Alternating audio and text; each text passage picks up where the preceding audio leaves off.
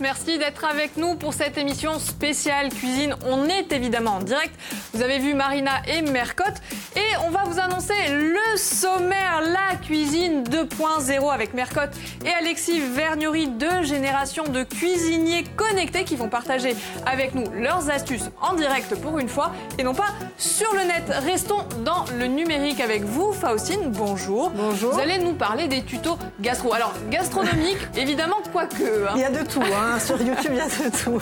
Alors attention, vous avez fait la sélection pour nous à suivre. On fait un petit retour sur le Mi-Festival. Serge a clôturé sa tournée des festivals électro à Ajaccio sur le stade Timizoli. Il y avait Petit Biscuit et Martin Solveig. On découvrira ça tout à l'heure à 13h. Technique de dressage avec les assiettes de Cuisine Addict qui est à côté de moi. C'est le titre du livre d'Alexis. Morceau choisi. On aura droit à une petite démo et encore plein d'astuces. Si vous avez des questions à leur poser à Mercotte ou à Alexis, vous pouvez nous appeler en direct au 0800 3x0 900 ou nous écrire sur Facebook. Tout à fait, je suis là, je veille. Allez, tout de suite, on fait les présentations. C'est parti.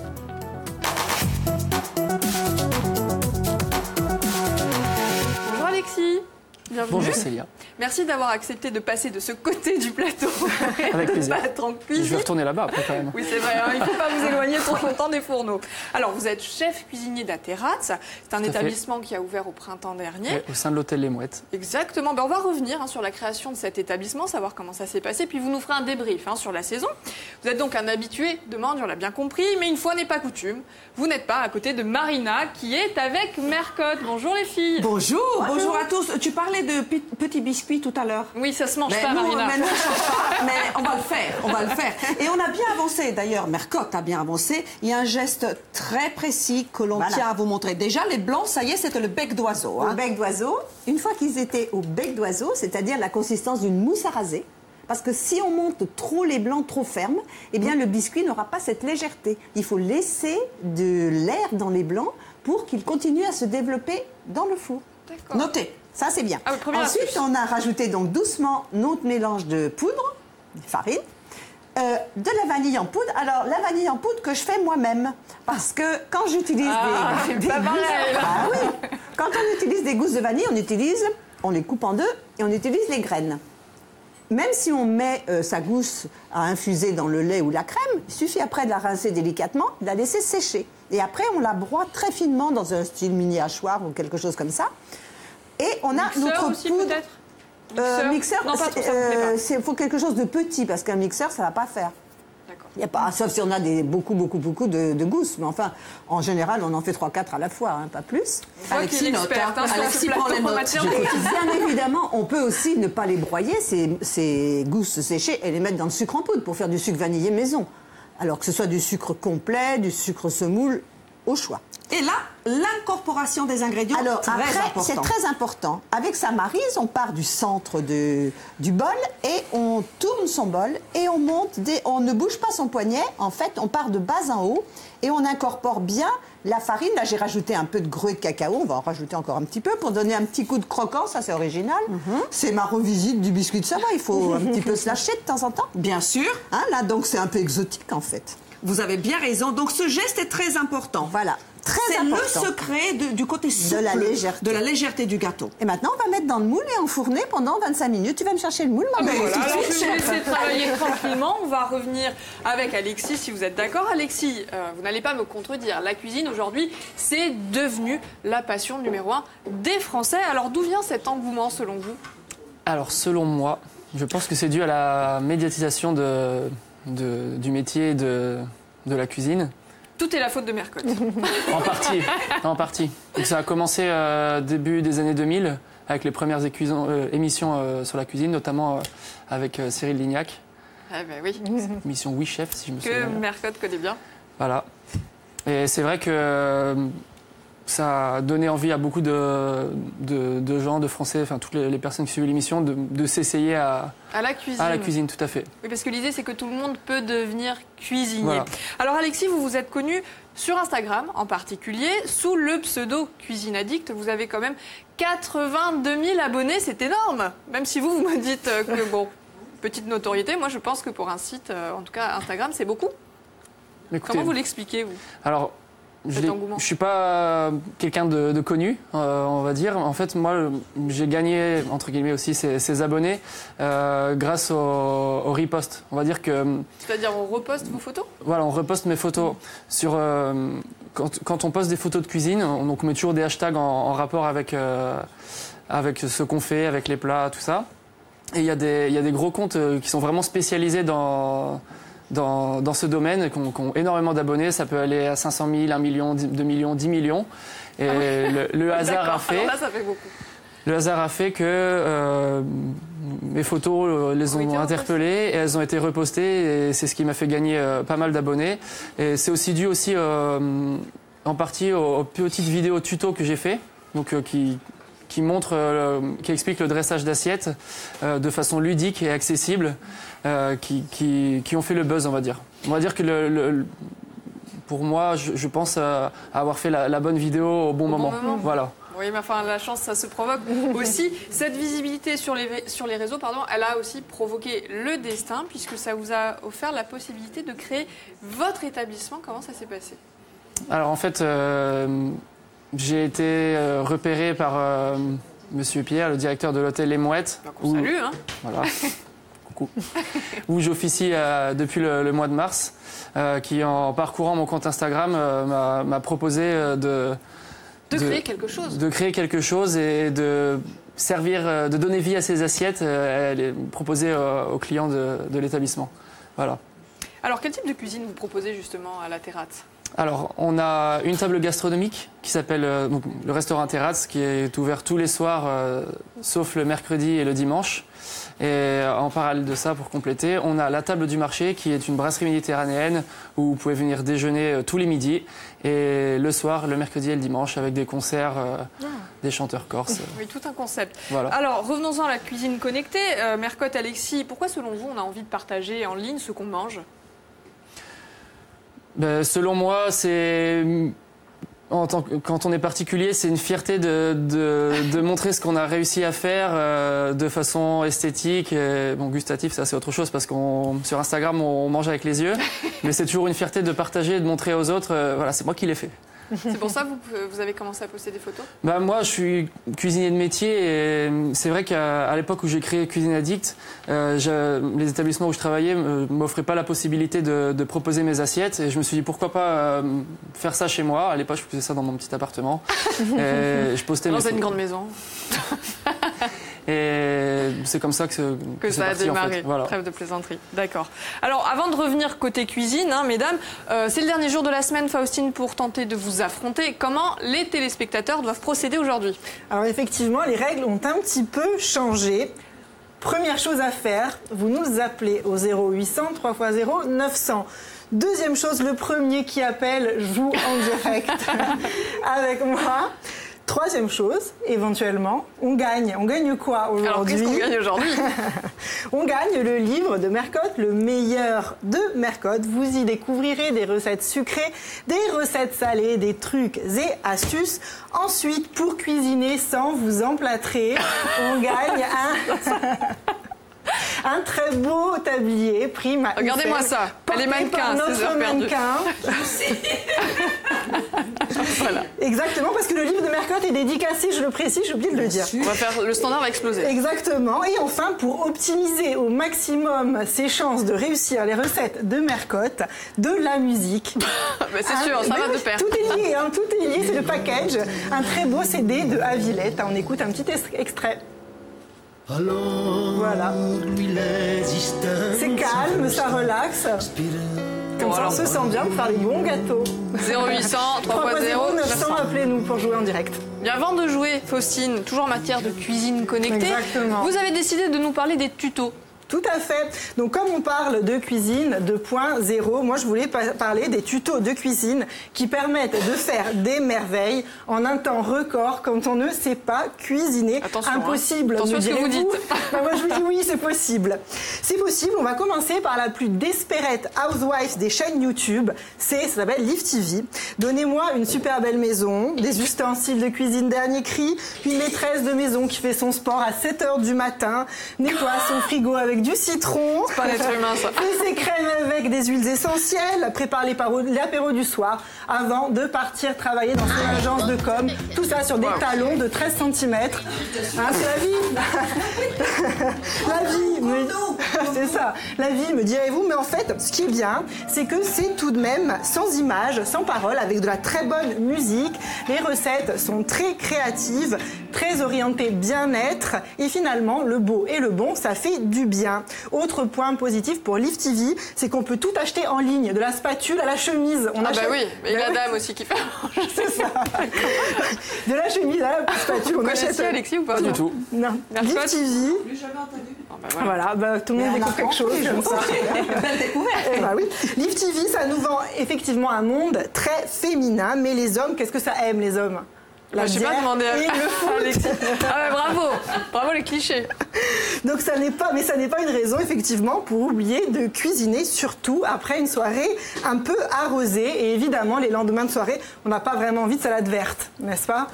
Mais ça compte pas, Alexis, c'est cuisiner. Il faudrait qu'on demande à chaîne YouTube. Non, mais ça compte pas, c'est vrai. Ça compte pas. Et pour nous, communs des mortels. Voilà. Donc, il y a une chaîne YouTube qui s'appelle Hangover TV. Hangover, ça veut dire gueule de bois en anglais. Raclette, hamburger, salade plus calorique que la tartiflette. Il ne propose que des recettes lourdes, grasses. Ah bah oui. Et qui tiennent au corps, dans l'esprit de la comfort food de Jamie Oliver. C'est le chef anglais Jamie Oliver. La comfort food, c'est quoi? C'est la tendance absolument opposée à la healthy food. C'est le fait de se faire plaisir sans jamais regarder les calories. Et parfois... Ah bah c'est bien, voilà. Parfois, avouons-le, ça fait du bien. Mais le problème, c'est quoi? C'est que dans la société actuelle, la culpabilité est toujours là, à l'angle de la rue. C'est comme la cigarette. On dit, moi, le gras, plus jamais ça. Donc c'est le moment... C'est n'importe quoi. C'est le moment d'aller voir les vidéos d'Alice Esmeralda. C'est un peu une star dans le domaine puisqu'elle comptabilise plus de 500 000 vues à chaque vidéo. Ce sont des recettes véganes. On ne mange pas que des graines et des racines. Elle tente justement de rendre un peu plus sexy cette image du monde végétarien, du monde sans gluten. Et en plus, elle tente de faire des recettes à petit prix, des recettes bio à petit prix. Voilà. Ah, moi, je préfère celui-ci. Donc, il y a un peu de tout. Il y en a pour tous les goûts, Célia. Il y en a pour tous les goûts. J'ai choisi mon tuto. Merci beaucoup, Faustine. Alors, on va retourner côté cuisine avec les filles. Marina, Mercotte, est-ce que la recette a continué pendant qu'on discutait? Le four a été préchauffé à 180. Souvenez-vous, le gâteau est dedans et on a 5 minutes. Programmé déjà, c'est ça? On a pas 35 passés, je dirais. 30 en tout, 5 passés. Oui, non, 5 passés et il nous reste 25 minutes de cuisson. Ça sent bon déjà. Ça sent déjà très bon, c'est vrai. Il y a quand même une petite astuce que l'on voudrait vous montrer. Alors, déjà, quand il sera cuit, ce gâteau, on va le démouler sur une grille. Parce qu'autrement, il y a de la condensation, l'humidité reste, c'est pas bien. Donc, on le laisse refroidir sur une grille. Et après, on peut le poudrer de sucre glace. Maintenant, pas forcément pour le gâteau si on le laisse bien refroidir, mais si on est pressé, qu'on veut le manger tiède, c'est vrai que si on met du sucre glace normal, il va s'absorber et on va plus le voir. C'est surtout valable pour les gâteaux au chocolat, ça. Donc, il existe un sucre qui s'appelle du sucre de neige et qui permet d'absorber l'humidité et qui reste visible. Donc voilà, je mange. Elle mange des châtaignes. Vous savez pourquoi je mange des châtaignes? Parce qu'on aurait pu les incorporer. Voilà. Parlez pour moi, On aurait pu les incorporer, mais nous, on a choisi de les avait pas mangés. Merci pour cette petite astuce, mesdames. Alors, on va revenir tout à l'heure, évidemment, vers la cuisine. Mais moi, j'avais envie de poser une question qui fâche à Alexis. Toujours avec la cuisine connectée, évidemment. Qu'est-ce que vous pensez de cette tendance des consommateurs à apporter un jugement, à noter les plats des restaurants? Ça vous énerve un petit peu? Sujet épineux, mais je pense qu'aujourd'hui, il faut faire avec. Ça fait partie du jeu. Donc, tout simplement, on fait avec. Ouais, Mercotte, les gens qui jugent, bien, pas bien. Qu'est-ce que c'est que cette tendance? J'estime que quand on n'est pas critique gastronomique, on n'a pas à juger. Quand on sait que le métier de restaurateur et de cuisinier, c'est un métier très difficile et qu'il y a des jours plus ou moins bien, c'est pas... Voilà, il y a des jours on est de bonne humeur, des jours on est fatigué, etc. Donc, qu'on mette des photos, oui. Qu'on critique, moi je me permettrais jamais de critiquer un restaurant. Si je n'aime pas, je n'en parle pas. Moi, je parle souvent de restaurant. Mais quand je parle de restaurant sur mon blog, j'ai une rubrique coup de cœur. Déjà, si je paye mon restaurant, parce que j'estime qu'on n'a pas du tout la même réaction si on est invité, donc si jamais je suis invitée, ou soit je refuse, soit je n'en parle pas.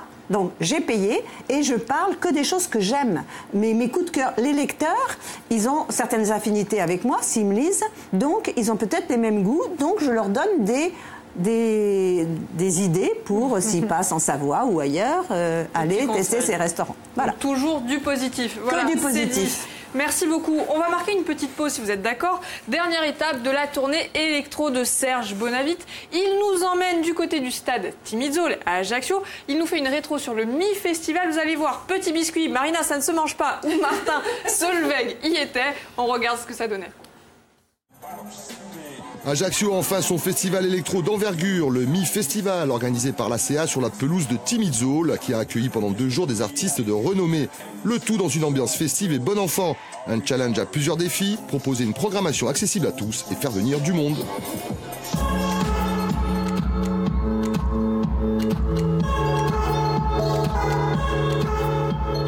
Comme on est sur un format assez court, plutôt format concert de 20h, enfin 18h à 2h du matin, l'idée c'est d'avoir une tête d'affiche qui fait vendre du ticket, 2-3 petits artistes, petits on va dire, qui sont des jeunes artistes dans la carrière mais qui sont en pleine exposition maintenant. Par exemple Petit Biscuit ou Môme sont des artistes qui sont ultra médiatisés, qui passent dans les radios, qui passent dans qui sont hyper sur tous les réseaux sociaux, etc.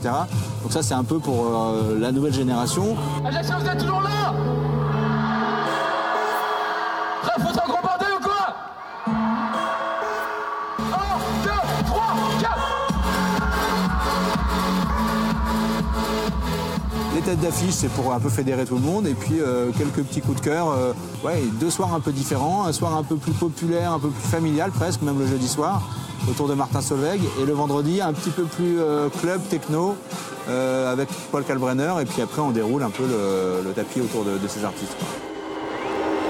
Ajaccio, comment ça va?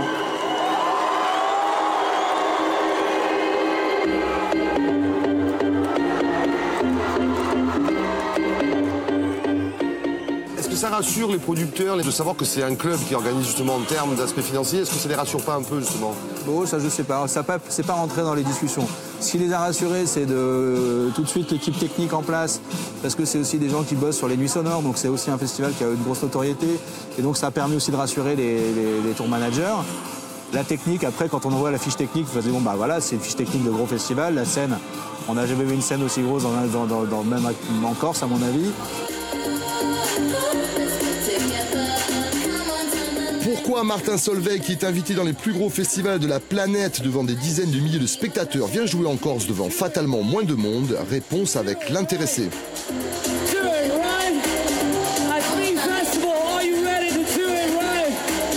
Il est important que les choses se renouvellent, que des nouveaux festivals puissent voir le jour, dans des régions peut-être moins habituelles aussi. Donc là, ça faisait beaucoup de sens. Je connais les gens qui organisent ce festival, c'est des gens très sérieux. Il y avait aucune raison de ne pas jouer le jeu. Il est né le divin enfant électro dans la cité impériale. Et pour conclure, je dirais simplement longa vita au Mi-Festival et à l'année prochaine.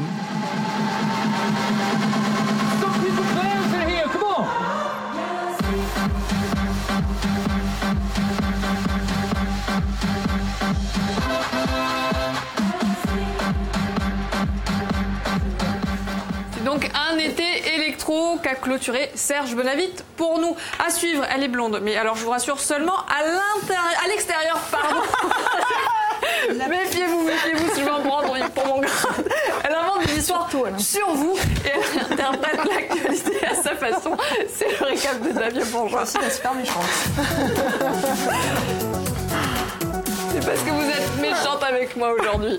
Madame, monsieur, bonjour, Célia Petroni, bonjour. Hier soir, à 18h, mon petit billet de ce jour ne fut toujours pas écrit.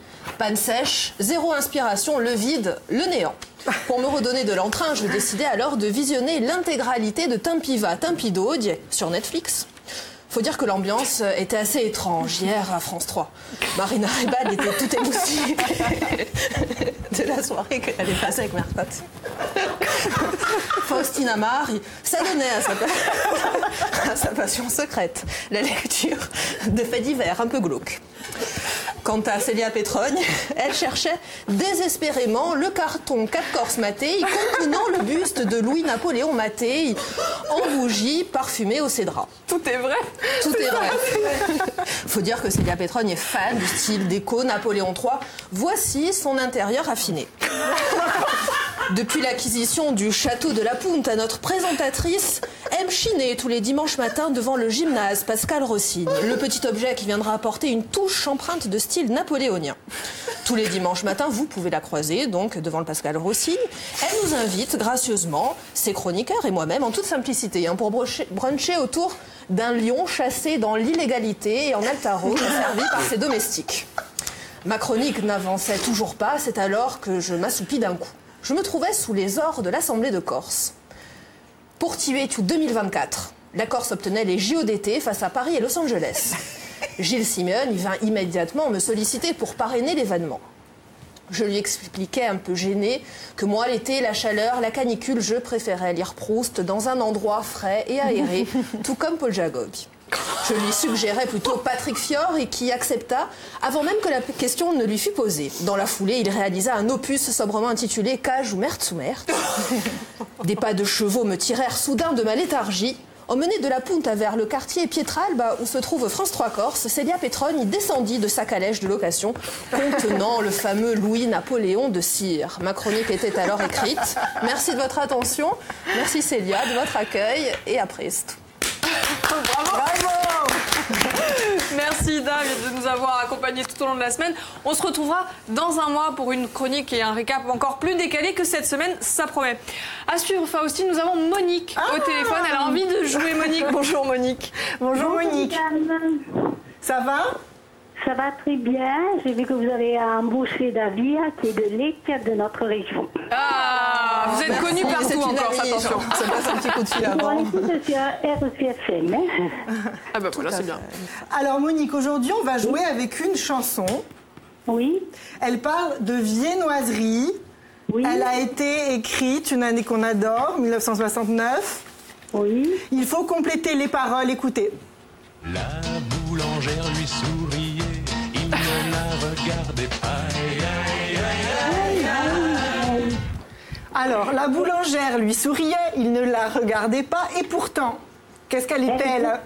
Elle faisait des pains au chocolat, des pains au chocolat. Non, vous avez les propositions, c'est pas ça. Vous avez 3 propositions. La boulangère, elle était belle, les clients ne voyaient qu'elle. Elle était belle, les clients pensaient à elle, ou elle était belle, elle sentait la cannelle. Elle était belle, les clients ne voyaient qu'elle. Bravo. Bravo Monique. Bravo Monique. Alors qu'est-ce qu'elle gagne Monique? Alors on vous gâte aujourd'hui Monique, vous avez le très beau livre de Mercotte, le très beau tablier de Marina ici présente, et le CD de la Violetta. Merci Monique. Je vous remercie beaucoup pour votre émission. Des bisous et à très vite. Vous restez avec nous Monique, parce que bien évidemment la cuisine 2.0 ça continue jusqu'à 13h15. On va faire une petite parenthèse. Au revoir Monique. Du côté de Bastia, si vous êtes d'accord, puisque les 23 et 24 mars dernier, les Tiamatialaises ont fêté leurs 40 ans. Sur scène, Pierre-Antoine Béret les a suivis. Pierre-Antoine, bonjour. Bonjour Célia, bonjour à tous et à toutes. Alors vous êtes en direct de Bastia au lendemain de la présentation de votre documentaire qui sera diffusé ce soir sur Viastel. On va évidemment découvrir des images du concert, mais pas que. Très bien. Combien de temps vous les avez suivis? Il y a des images qui vont arriver, Pierre-Antoine. Combien de temps vous les avez suivis? En fait, ça a commencé en septembre dernier. Et l'idée était de retracer leur parcours durant 40 ans. Alors bien entendu en évoquant le concert, mais aussi en évoquant l'historique, puisque c'est un groupe qui a été créé en 77 et qui est un des groupes les plus anciens avec Cantaboulougos ou Avile Talemouvrini, je crois. Voilà, donc moi je les ai suivis lors de répétitions. Et puis ça m'a donné l'idée de faire un portrait du groupe en essayant de retracer les 40 ans de carrière. Bon, exercice difficile en 52 minutes, mais enfin on a essayé de donner quelques infos par rapport à ce groupe qui est en train de devenir, on peut dire, un peu culte, quoi. Alors, autre difficulté, Pierre-Antoine, il a fallu les regrouper tous au même endroit, tous au même moment. Je ne sais pas si vous avez réussi. Oui, c'était un exercice un peu difficile au départ, mais finalement ils se sont prêtés au jeu et ça a marché. Hein. Tout le monde y a mis du sien. Et puis je pense que le fait qu'ils avaient décidé de fêter les 40 ans, finalement c'était un bon moment lors de répétitions, pour faire des interviews, lors d'apéritifs et de veillées entre eux. Et je les ai pris au bon moment, si je peux me permettre l'expression. Donc on verra évidemment des images du concert, mais vous retracez vraiment l'évolution du groupe sur les 40 ans de carrière. Oui, alors 40, bon, bien entendu en 52 minutes c'est très rapide, mais en effet il y a le côté historique qui est important et on fait on a beaucoup d'images d'archives, certaines inédites, des photos inédites aussi qui vont permettre de retracer tout le parcours riche du groupe. Alors c'est évidemment exercice synthétique en 52 minutes, mais enfin ça... j'espère que ça plaira au public et finalement on en retire toujours un côté. J'en suis sûr, Pierre-Antoine. Une chose est sûre, c'est que la relève est déjà là. Alors on rappelle, ce sera diffusé 20h35 le concert demain sur France 3 Corse via CL, suivi du documentaire. Merci infiniment d'être venu nous présenter. Merci à vous, merci de m'avoir invité. Je vous en prie. Nous on va poursuivre à partir de 13h, juste après le flash qui est présenté par Emilia Rodot. Marina est en train de manger toutes les châtaignes. Il n'en restera plus, mais c'est pas grave. Et Mercotte va venir avec moi à la table. Alexis, vous allez enfin passer en cuisine. Allez, ce sera tout à l'heure. Il y va déjà tout à l'heure. Merci.